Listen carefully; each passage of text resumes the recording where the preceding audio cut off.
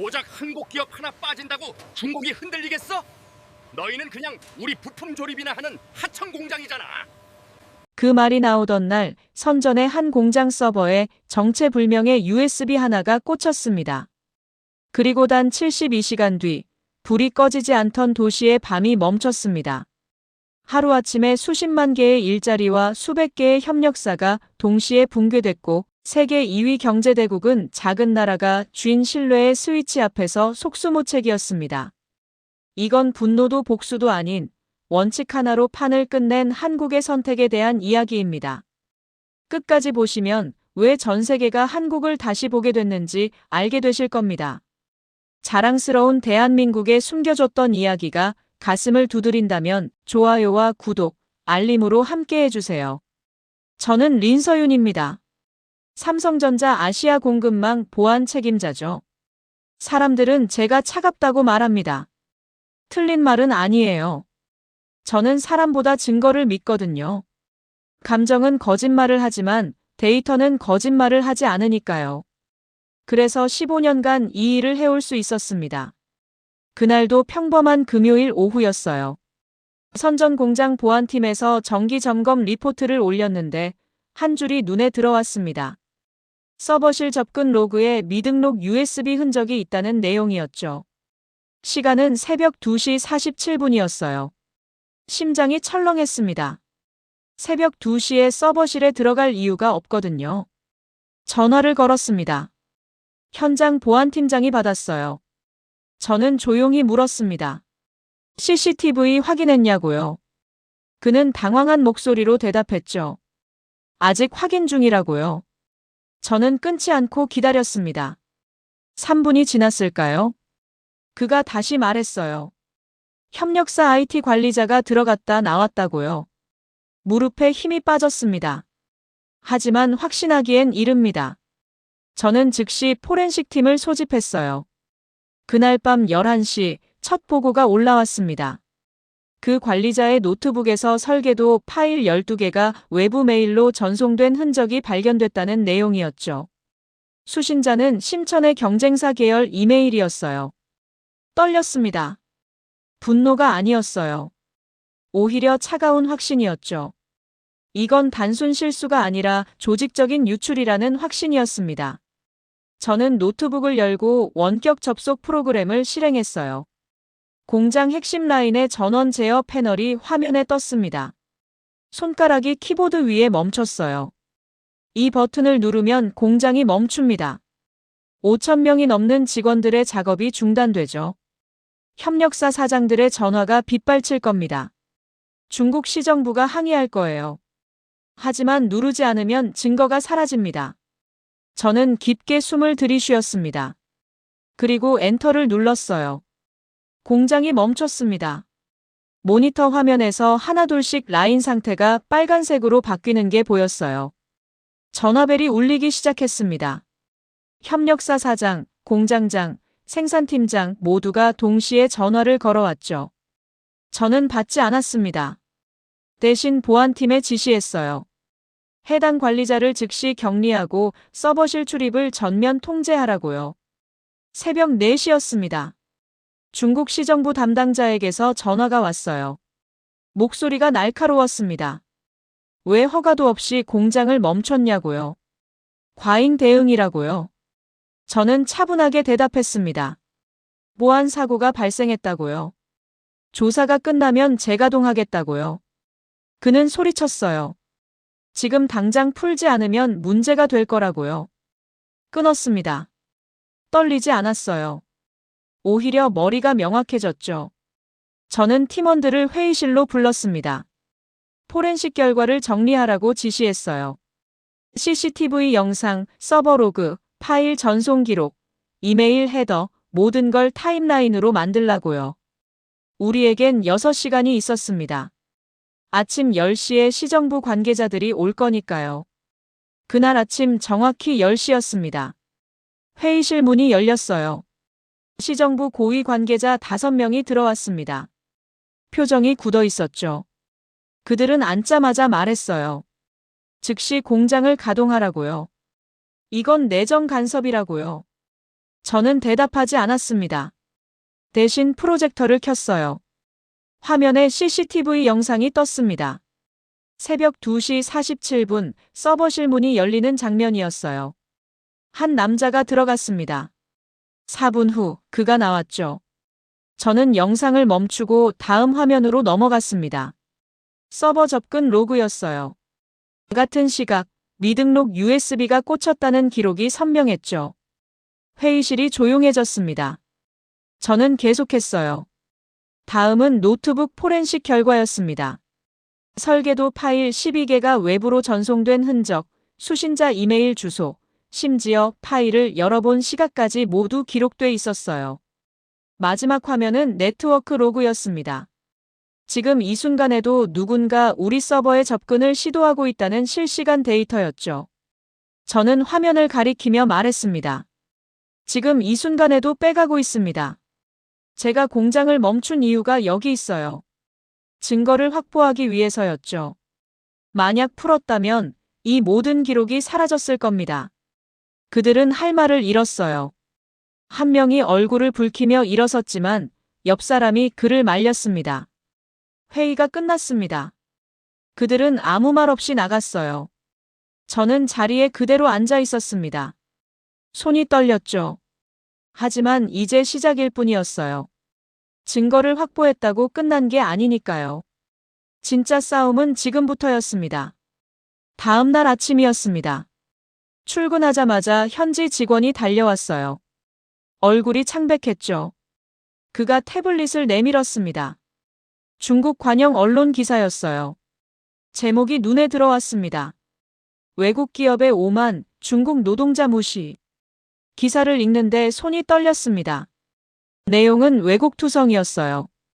우리가 일방적으로 공장을 멈춰서 5천 명이 일자리를 잃을 위기라고 썼더군요. 기술 유출 의혹은 단 한 줄도 언급되지 않았습니다. 대신 제 사진이 크게 실렸어요. 회의실에서 중국 관계자들을 내려다보는 장면이었죠. 각도가 교묘했습니다. 마치 제가 그들을 깔보는 것처럼 보였어요. 댓글이 폭발하고 있었습니다. 수천 개가 달렸더군요. 외국인 주제에 중국을 무시하나 당장 추방해야 한다. 저는 태블릿을 내려놓았습니다. 예상했던 수순이었어요. 하지만 마음 한구석이 무거웠죠. 점심때였습니다. 협력사 사장에게서 전화가 왔어요. 목소리가 떨리고 있었습니다. 린 이사님, 큰일 났습니다. 세무조사 나왔어요. 저는 침착하게 물었습니다. 언제요? 그가 대답했죠. 지금이요, 1시간 전에요. 사무실이 난리예요. 끊고 나서 또 다른 전화가 왔습니다. 다른 협력사였어요. 환경단 속반이 들이닥쳤다는 내용이었죠. 폐수 처리 문제를 지적한다고요. 석 달 전에 검사 통과했는데도요. 저는 고개를 저었습니다. 시작됐구나 라고 생각했어요.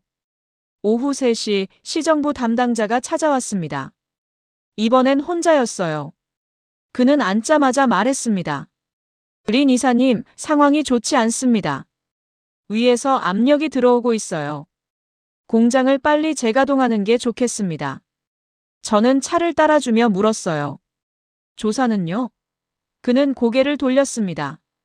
그건 시간이 필요합니다. 저는 웃음이 나왔습니다. 쓴웃음이었죠.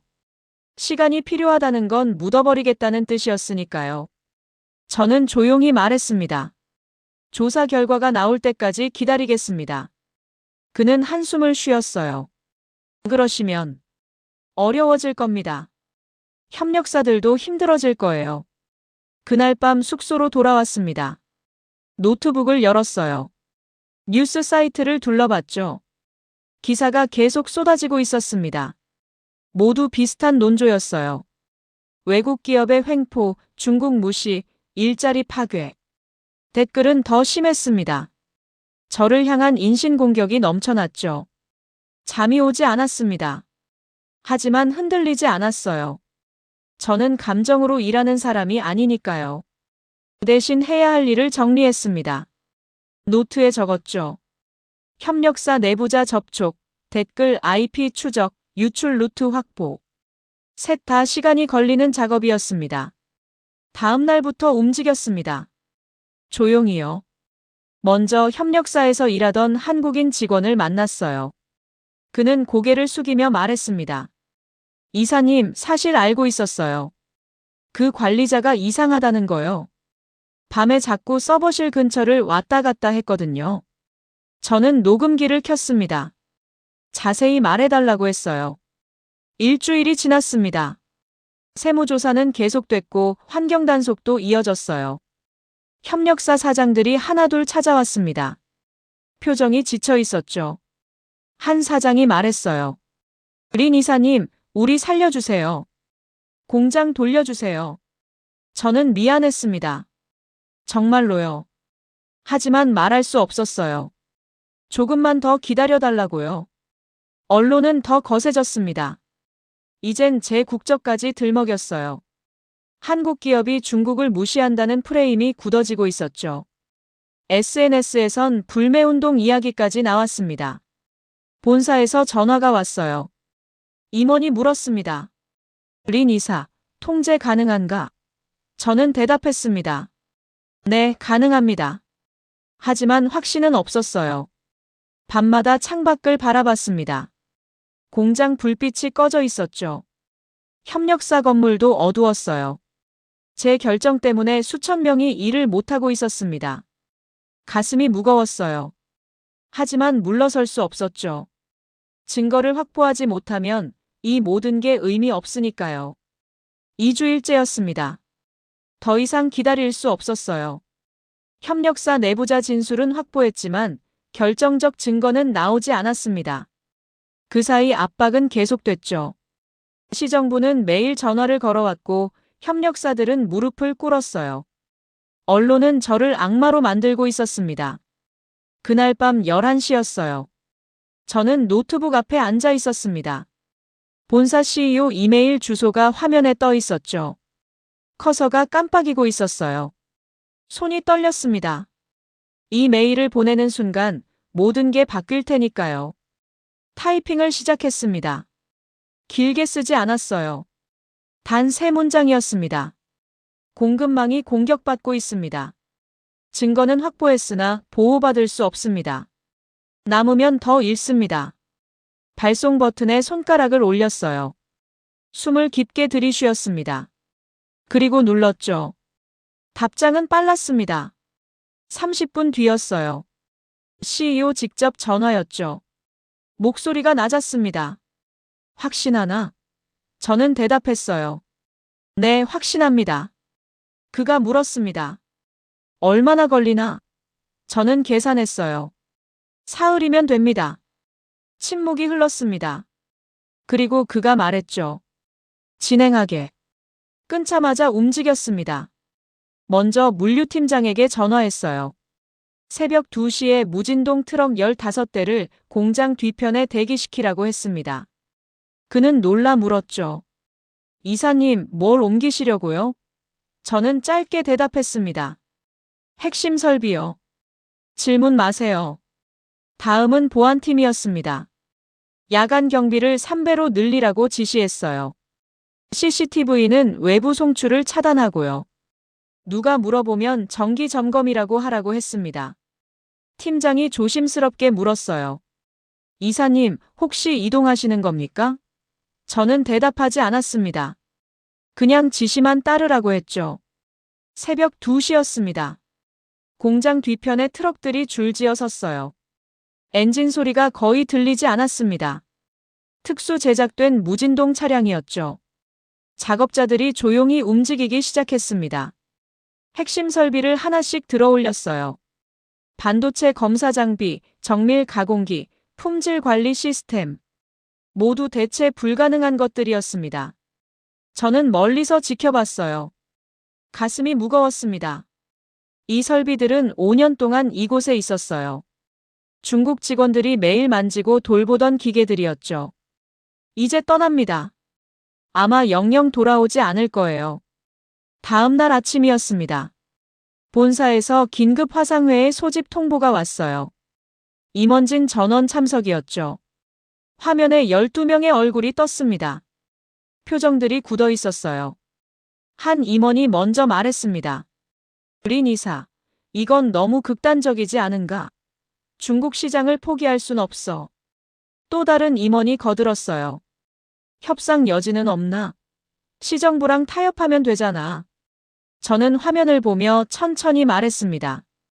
타협하면 증거를 묻어야 합니다. 그럼 다음엔 더 큰 걸 잃어요. 그들은 고개를 저었죠. 너무 감정적이라고요. 감정적이라는 말에 웃음이 나왔습니다. 저는 평생 감정을 배제하고 살았는데요. 하지만 설명하지 않았어요. 대신 자료를 띄웠습니다. 지난 3년간 중국 내 기술 유출 사례 그래프였죠. 매년 증가하고 있었어요. 그리고 말했습니다. 신뢰를 잃으면 시장은 의미 없습니다. 회의실이 조용해졌습니다. CEO가 입을 열었어요. 계속 진행하게. 이사 판단을 믿네. 화면이 꺼졌습니다. 저는 자리에 그대로 앉아 있었어요. 떨렸습니다. 두려움이 아니었어요. 책임감이었죠. 창밖을 봤습니다. 공장이 보였어요. 여전히 불이 꺼져 있었습니다. 곧 더 많은 불이 꺼질 거예요. 협력사들도 물류 창고도 모든 게 멈출 겁니다. 제 결정 때문에요. 가슴이 먹먹했습니다. 하지만 돌아갈 순 없었어요. 이미 시작됐으니까요. 사흘이 지났습니다. 본사에서 첫 번째 조치가 내려왔어요. 원자재 수입 전면 중단이었죠. 중국 협력사로 가던 반도체 칩, 디스플레이 패널, 정밀 부품, 모든 게 항구에서 멈췄습니다. 컨테이너들이 그대로 실려 돌아갔어요. 협력사 사장들이 몰려왔습니다. 이번엔 사정하지 않았어요. 소리를 질렀죠. 당신 때문에 우리가 죽는다고요. 당장 풀라고요. 저는 입을 다물었습니다. 할 말이 없었어요. 그들 말이 틀리지 않았으니까요. 그날 밤 8시였습니다. 공장 야간 조명이 꺼졌어요. 평소엔 밤새 켜져 있던 불빛이었죠. 3교대로 돌아가던 라인이 완전히 멈춘 겁니다. 창밖을 보니 협력사 건물들도 하나둘 어두워지고 있었어요. 도시 전체가 숨을 멈추는 것 같았습니다. 다음 날 아침 뉴스가 터졌습니다. 삼성전자 선전 공장 가동 중단, 협력사 줄폐업 위기. 기사마다 숫자가 박혀 있었어요. 직접 고용 5,000명, 간접 고용 2만 명, 예상 손실 수천억 원. 저는 화면을 끌 수 없었습니다. 계속 봤어요. 제가 만든 숫자들이었으니까요. 협력사에서 해고 통지가 시작됐습니다. 먼저 비정규직이었어요. 그 다음 신입사원들이었죠. 현지 직원이 제게 보고했습니다. 목소리가 떨리고 있었어요. 이사님, 공장 앞에 사람들이 모이고 있어요. 가족들도 같이 왔습니다. 저는 고개를 끄덕였습니다. 알겠다고요. 나가지 말라고요. 점심시간이었습니다. 혼자 구내식당에 갔어요. 텅 비어 있었습니다. 평소엔 400명이 넘게 앉아있던 자리였는데요. 이제 20명도 안 됐어요. 보안팀과 관리직 몇 명뿐이었죠. 저는 구석자리에 앉았습니다. 밥을 먹을 수 없었어요. 목으로 넘어가지 않았습니다. 오후에 시정부에서 마지막 통첩이 왔습니다. 사흘 내로 공장을 재가동하지 않으면 사업 허가를 취소하겠다는 내용이었죠.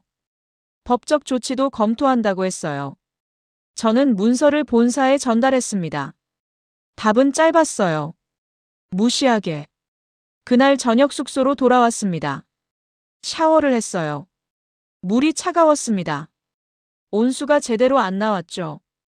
거울을 봤어요. 제 얼굴이 낯설었습니다.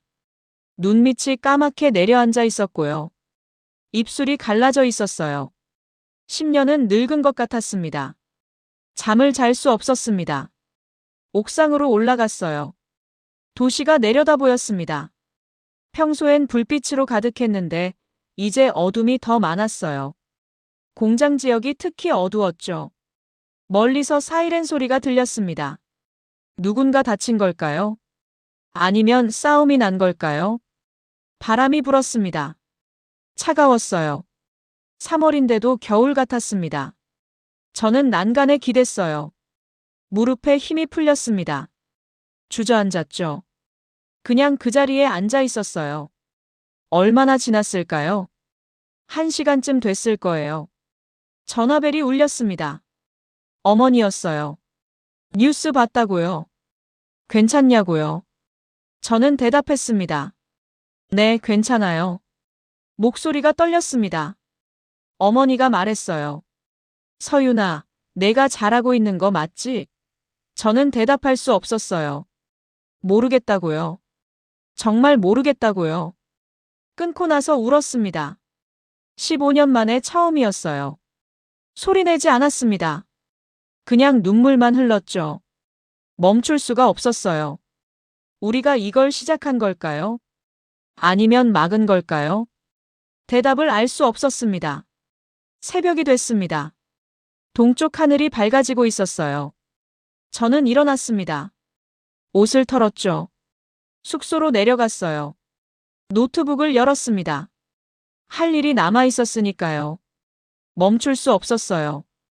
이미 너무 멀리 왔으니까요. 그날 아침 9시였습니다. 본사에서 전 직원 이메일이 발송됐어요. 제목은 단순했습니다. 중요 공지. 저는 손이 떨렸습니다. 클릭했죠. 화면에 공식 성명서가 떴어요. 삼성전자는 선전 공장에서 발생한 기술 유출 정황을 확인했습니다. 관련 증거를 확보했으나 현지 당국의 협조를 받지 못했습니다. 이에 선전 생산 시설 가동을 전면 중단하고 핵심 설비 이전을 결정했습니다. 모든 직원에게는 법정 기준을 초과하는 보상을 즉시 지급할 것입니다. 숨이 막혔습니다. 공식 발표였어요. 되돌릴 수 없는 선언이었죠. 전화기가 울리기 시작했습니다. 언론사였어요. 로이터, 블룸버그, 파이낸셜 타임스. 동시에 전화를 걸어왔습니다. 저는 받지 않았어요. 대신 창밖을 봤습니다. 공장 정문 앞이 보였어요. 사람들이 모이고 있었습니다. 카메라를 든 기자들, 플래카드를 든 노동자들, 가족들까지요. 숫자가 점점 늘어났습니다. 100명, 200명, 300명. 소리가 여기까지 들렸어요. 분노의 함성이었습니다. 10시였습니다. 글로벌 뉴스에 속보가 떴어요. 삼성전자, 중국 선전 공장 철수 선언. 모든 채널이 동시에 보도했습니다. 저는 뉴스를 틀었어요. 앵커가 말하고 있었습니다. 기술 유출 문제로 한국 기업이 중국을 떠나는 첫 사례라고요. 역사적 사건이라고요. 본사 CFO에게서 전화가 왔습니다. 보상 지급 준비가 됐다는 내용이었어요. 직원 1인당 평균 석 달치 급여를 추가 지급한다고 했습니다. 법정 기준의 2배였죠. 저는 물었습니다. 협력사 직원들은요? CFO가 대답했어요. 그들도 포함이네. 우리 책임 아니어도. 가슴이 뭉클했습니다. 회사가 도망치는 게 아니었어요. 책임지고 떠나는 거였죠. 저는 보상팀을 소집했습니다. 오늘 안으로 전 직원 계좌에 입금하라고 지시했어요. 이체 확인서를 일일이 출력하라고도 했습니다. 증거를 남겨야 했으니까요. 오후 2시였습니다. 중국 관영방송이 긴급 뉴스를 내보냈어요. 논조가 달랐습니다. 처음엔 한국 기업을 비난했는데 이제 말을 바꿨더군요. 일부 관계자의 관리 소홀이라고 표현했어요. 책임을 떠넘기기 시작한 겁니다. SNS가 폭발했습니다. 중국 네티즌들의 반응이 갈렸어요. 절반은 여전히 한국을 비난했지만 나머지 절반은 달랐습니다. 우리 정부가 뭘 했길래? 기술 훔친 거 맞잖아. 부끄럽다. 댓글들이 쏟아졌습니다. 분노가 방향을 틀고 있었어요. 시정부 청사 앞에 사람들이 모였습니다. 뉴스 화면으로 봤어요. 일자리를 잃은 노동자들이었죠. 하지만 그들이 든 플래카드가 달랐습니다. 투명한 조사 요구, 책임자 처벌하라. 외국 기업이 아니라 자기네 정부를 향한 것들이었어요. 저는 화면을 보며 한숨을 쉬었습니다. 이상한 기분이었어요. 안도감도 죄책감도 뭉클함도 다 섞여 있었습니다. 우리가 이긴 걸까요? 아니면 모두가 진 걸까요? 알 수 없었어요. 저녁 6시였습니다. 마지막 직원이 퇴근했어요. 모두에게 보상금이 입금됐다는 확인을 받았습니다. 한 직원이 제게 인사하러 왔어요. 젊은 중국인 엔지니어였습니다. 그가 말했습니다. 이사님, 감사합니다. 회사가 끝까지 책임졌어요. 저는 고개를 끄덕였습니다. 할 말이 없었어요. 그가 나갔습니다. 사무실이 텅 비었어요. 형광등 소리만 희미하게 들렸습니다. 저는 의자에 기댔습니다. 눈을 감았어요. 끝이 보였습니다. 진짜 끝이요. 일주일이 지났습니다. 선전 공장은 완전히 비었어요. 설비는 베트남으로 옮겨졌고 직원들은 모두 떠났습니다. 저만 남아 있었죠. 철수 마무리 작업 때문이었어요. 매일 빈 사무실을 걸었습니다. 발소리만 울렸어요. 그날 오후였습니다. 현지 직원이 조심스럽게 말했어요. 이사님, 누가 찾아왔습니다. 이름은 안 밝히고요. 저는 고개를 들었습니다. 누군가 창밖을 보고 서 있었어요. 정장 차림의 중년 남자였죠. 시정부 고위 관계자였습니다. 그가 천천히 돌아섰습니다. 표정이 굳어 있었어요. 저는 차를 내왔습니다. 앉으라고 권했죠. 그는 망설이다 앉았어요. 한동안 침묵이 흘렀습니다. 그가 먼저 입을 열었어요. 린 이사님, 대화할 수 있겠습니까? 저는 차를 마셨습니다. 대답하지 않았어요. 그가 계속했습니다. 상황이 복잡해졌습니다. 위에서도 압박이 들어오고 있고요. 여론도 좋지 않습니다. 저는 컵을 내려놓았어요. 그래서요? 제가 물었습니다. 그는 한숨을 쉬었습니다. 다시 시작할 수 없을까요? 새로 협상을요? 저는 웃음이 나왔어요. 쓴웃음이었죠.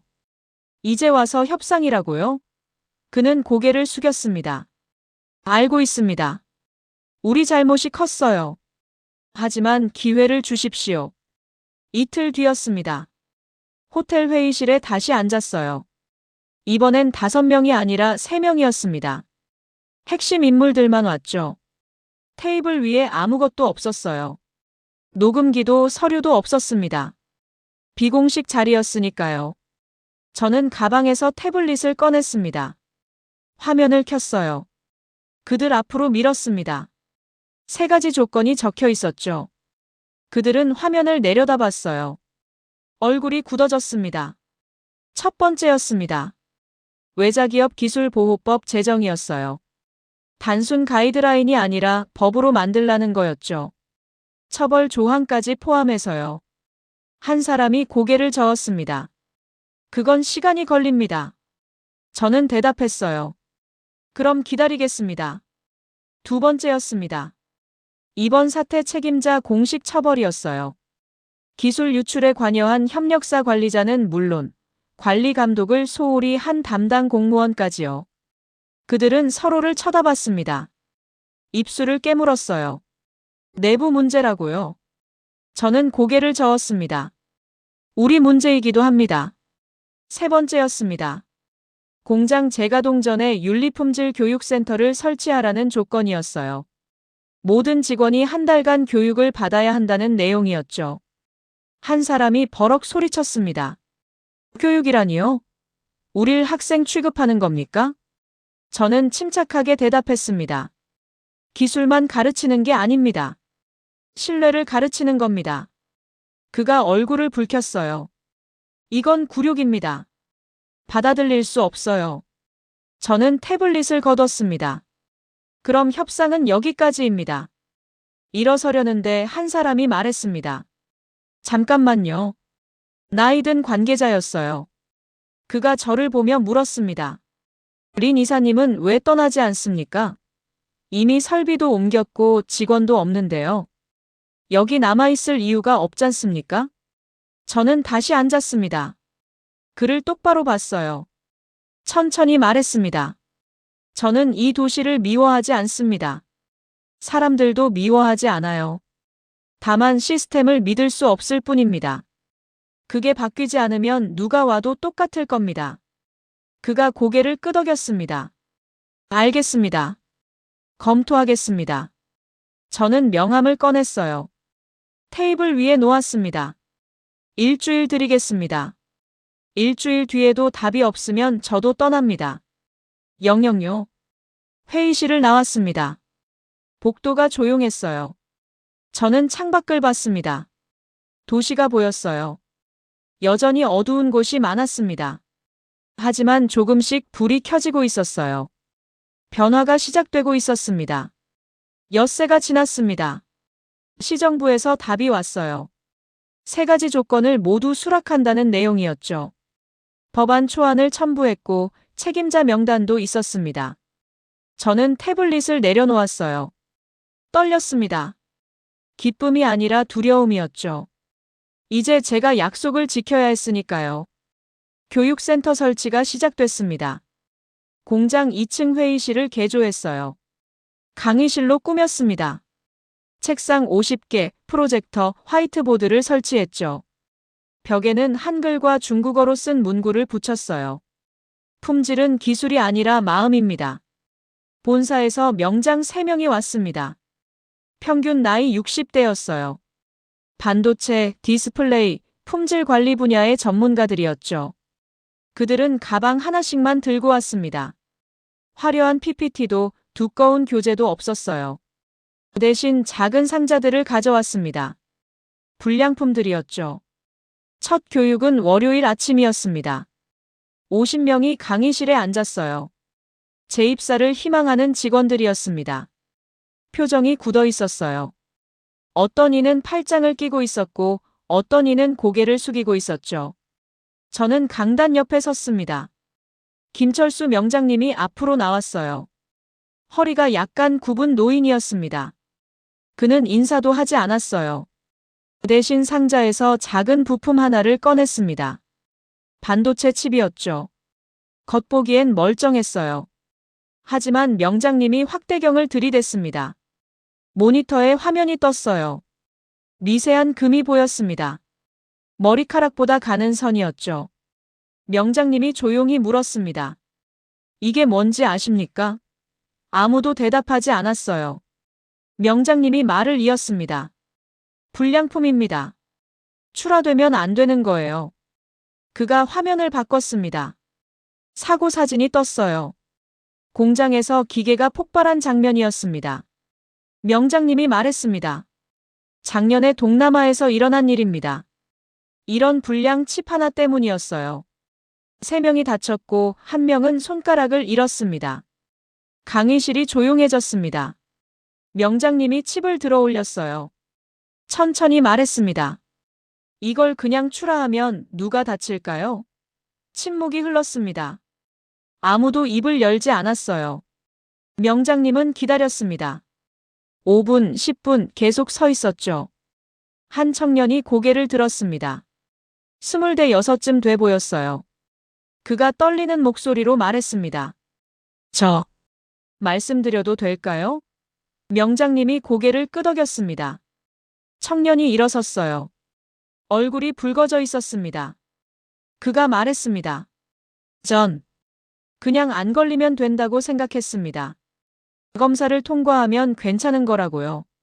누가 다치는지는 생각 안 해봤어요. 미안합니다. 목소리가 갈라졌습니다. 그는 고개를 숙였어요. 명장님이 그에게 다가갔습니다. 손을 내밀었어요. 청년이 놀라 올려다봤습니다. 명장님이 말했죠. 고맙습니다. 솔직하게 말해줘서요. 당신은 이미 배운 겁니다. 가장 중요한 걸요. 그는 청년의 손을 잡았어요. 다른 직원들이 움직이기 시작했습니다. 한 명씩 고개를 숙였어요. 어떤 이는 눈을 닦았습니다. 나이 든 여직원이 손을 들었어요. 떨리는 목소리로 물었습니다. 우리 다시 시작할 수 있을까요? 저는 강단으로 나갔습니다. 천천히 말했어요. 할 수 있습니다. 우리 함께 하니까요. 기계보다 사람이 먼저입니다. 기술보다 마음이 먼저예요. 그걸 배우러 여기 모인 겁니다. 교육은 한 달 계속됐습니다. 매일 아침 강의실이 꽉 찼어요. 질문이 쏟아졌고 토론이 이어졌습니다. 명장님들은 지치지 않았어요. 같은 질문을 10번 받아도 11번째 대답했죠. 직원들이 달라지고 있었습니다. 눈빛이 달라졌어요. 마지막 날이었습니다. 수료식이 열렸어요. 50명 모두 자리에 앉았습니다. 저는 단상에 섰어요. 말했습니다. 내일부터 공장이 다시 돌아갑니다. 여러분과 함께요. 박수가 터졌습니다. 뜨거운 박수였어요. 저는 가슴이 뭉클했습니다. 공장이 다시 돌아가기 시작했습니다. 첫날 아침이었어요. 라인에 불이 켜졌습니다. 기계 소리가 들렸어요. 6개월 만이었죠. 저는 생산 현장을 걸었습니다. 직원들이 일하고 있었어요. 표정이 달랐습니다. 진지했어요. 한 직원이 불량품을 발견했습니다. 라인을 멈췄어요. 옆 동료를 불렀습니다. 함께 확인했죠. 예전 같으면 그냥 넘어갔을 겁니다. 이제 달랐어요. 그들은 책임지고 있었습니다. 저는 멀리서 지켜봤어요. 가슴이 따뜻해졌습니다. 한 달이 지났습니다. 불량률 보고가 올라왔어요. 전년 대비 60% 감소였습니다. 놀라운 수치였죠. 생산성도 최고치를 기록했어요. 본사에서 축하 전화가 왔습니다. CEO가 말했어요. 린 이사, 해냈네. 저는 대답했습니다. 우리가 해냈습니다. 협력사들도 변하기 시작했습니다. 교육받은 직원들이 그곳으로 옮겨갔어요. 그들이 배운 걸 전파했습니다. 한 협력사 사장이 찾아왔어요. 우리도 교육센터를 만들고 싶다고요. 도와달라고요. 저는 자료를 건넸습니다. 기꺼이요. 석 달이 지났습니다. 선전시정부에서 공식 행사를 열었어요. 외자기업 기술보호법 제정 기념식이었죠. 저도 초청받았습니다. 단상에 섰어요. 마이크를 잡았습니다. 짧게 말했습니다. 법이 아니라 신뢰가 우릴 지킵니다. 그날 저녁이었습니다. 공장 옥상에 올라갔어요. 도시가 내려다 보였습니다. 불빛이 가득했어요. 6개월 전 여기 섰을 때가 떠올랐습니다. 그때는 어둠이었죠. 이제 달랐어요. 같은 불빛이지만 의미가 달랐습니다. 가방에서 캔커피를 꺼냈습니다. 한국에서 가져온 거였어요. 따뜻했습니다. 한 모금 마셨죠. 달았어요. 고향 맛이었습니다. 바람이 불었어요. 이제 차갑지 않았습니다. 봄이 오고 있었죠. 생각했습니다. 우리가 이긴 걸까? 맞습니다. 이겼어요. 하지만 빼앗아서가 아니었습니다. 지켜서였죠. 기술을 지켰고 신뢰를 지켰어요. 사람을 지켰습니다. 그게 한국의 방식이었어요. 15년 전 이 일을 시작했을 때 생각했습니다. 저는 증거만 믿는다고요. 사람은 거짓말하니까요. 틀렸습니다. 사람도 변할 수 있었어요. 마음이 변하면 행동이 바뀌었습니다. 그걸 이곳에서 배웠어요. 아래에서 누군가 손을 흔들었습니다. 교육받았던 청년이었어요. 그는 웃고 있었습니다. 저도 손을 들었어요. 흔들었죠. 그가 엄지를 치켜 세웠습니다. 저는 웃음이 났어요. 따뜻한 웃음이었습니다. 핸드폰이 울렸습니다. 어머니였어요. 받았습니다. 서윤아, 뉴스 봤다. 잘했다. 저는 대답했어요. 네, 엄마. 잘한 것 같아요. 목소리가 떨렸습니다. 어머니가 말했죠. 우리 딸 자랑스럽다. 눈물이 났습니다. 고맙다고 했어요. 끊고 나서 다시 도시를 봤습니다. 공장 불빛이 반짝이고 있었어요. 협력사 건물들도 환했습니다. 이 불빛들이 계속 켜져 있기를 바랐습니다. 신뢰 위에 세워진 불빛이기를요. 대한민국은 작은 나라입니다. 자원도 없고 땅도 좁아요. 하지만 우리에겐 있습니다. 끝까지 책임지는 마음이요. 기술만 파는 게 아니라 신뢰를 나누는 정신이죠.